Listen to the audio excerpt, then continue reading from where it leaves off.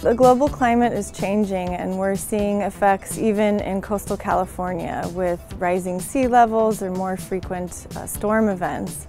In this project, what we're focused on is trying to understand what areas along the coastline, what natural habitats such as dunes or wetlands are providing some strong coastal protection to communities in California. We've worked in many different areas of the California coast, in the Monterey Bay or in the Marin coastline or up at Sonoma. Part of our work is to identify the role that these habitats play and what people can do at a local level to help ensure that they can stay healthy and stay vibrant. My role is to essentially map and place value on particular habitats along the California coast. We were looking for an intern who had a strong background in science and mapping, who was interested in learning our ecosystem service approach. Someone who had a really deep interest in translating that science and distilling it for coastal adaptation policy. I have finished 4 years of a PhD program at UC Santa Cruz. I study sea star wasting here at Long Marine Lab.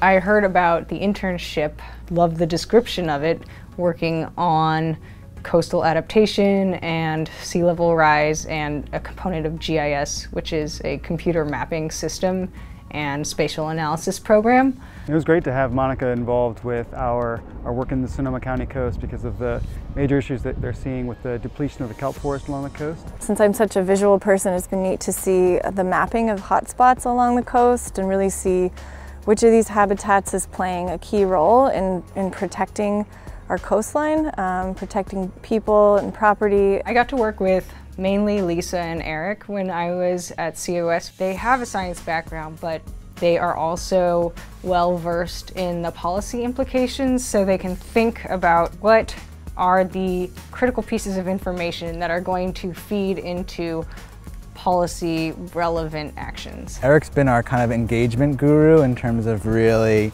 building those relationships which are so important to not make this an academic exercise. There's a lot of similarities between different issues along the coast. With rising sea levels and more damaging storms, there's a risk that we might either impair or lose many of these coastal habitats. It's been pretty striking through the years that we've been focused on this project to live in Santa Cruz and see these impacts firsthand. It sort of makes this hotspot mapping more poignant and brings it really close to home. I've seen a lot of coastal armoring going in just in the time that I've been visiting my field sites. It is this reminder for me that sea level rise is going to affect the coastal profile and probably lead to some areas that become unstable. There are so many different decision frameworks that people need this information for. City level, county level, multi-county, even statewide decisions. That's where we can really leverage the power of technology, being able to provide that imagery and that narrative about why nature is so important to the people of California and making something that's usable